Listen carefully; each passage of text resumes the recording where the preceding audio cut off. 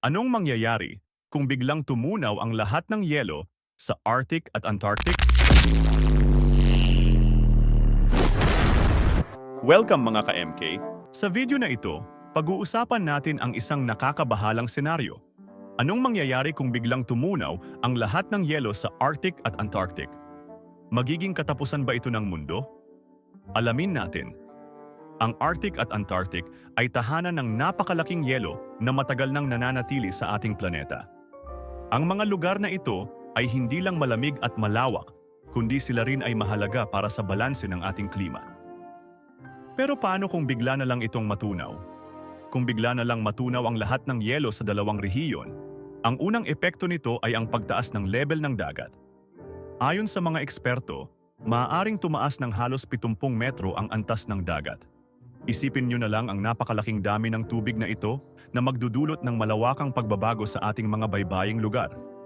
Maraming mga baybaying lungsod ang malulubog. Ang mga tanyag na lungsod tulad ng New York, Tokyo, London, at marami pang iba ay maaring maglaho sa ilalim ng tubig. Ang mga istruktura at kabuhayan ng milyon-milyong tao ay mapapariwara. Hindi lang mga lugar ang maapektuhan, kundi pati na rin ang mga tao. Milyon-milyong tao ang kailangang lumikas at magkakaroon ng matinding krisis sa pabahay at pagkain. Ang mga pamahalaan at organisasyon ay magkakaroon ng malaking hamon sa pagbibigay ng suporta sa mga taong naapektuhan. Bukod pa rito, babaguhin din ng pagkatunaw ng yelo ang klima ng buong mundo. Ang yelo sa Arctic at Antarctic ay nagsisilbing air conditioner ng planeta na nagpapanatili ng tamang temperatura. Kung mawawala ito, asahan natin ang mas matinding init at mas madalas na pagbagyo. Ang temperatura ng buong mundo ay maaaring tumaas ng ilang degrees Celsius. Bagamat tila maliit lang ito, ang epekto nito ay napakalaki. Ang mga heat waves ay magiging mas madalas at mas malala na magdudulot ng panganib sa kalusugan ng tao at sa kalikasan.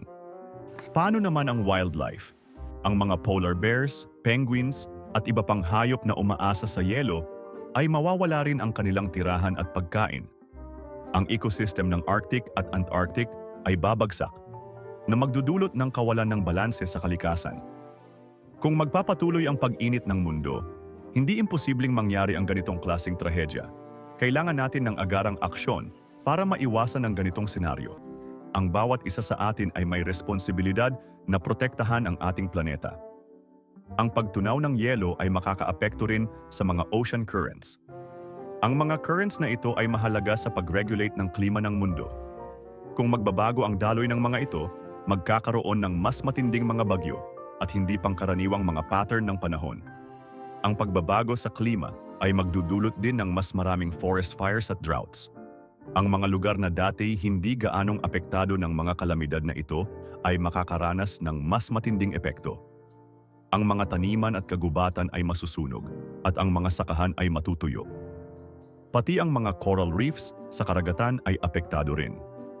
Ang mga coral reefs ay tahanan ng maraming marine life at kung sila'y mamamatay dahil sa pagbabago ng temperatura ng tubig, marami ring mga isda at iba pang organismo ang mamamatay.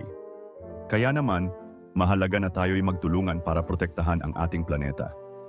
Simulan natin sa simpleng mga hakbang tulad ng pagbabawas ng paggamit ng plastic, pagtitipid ng enerhiya, at pagsuporta sa mga inisyatibong pangkalikasan. Maaari rin tayong mag-recycle at magtanim ng mga puno upang makatulong sa paglaban sa climate change.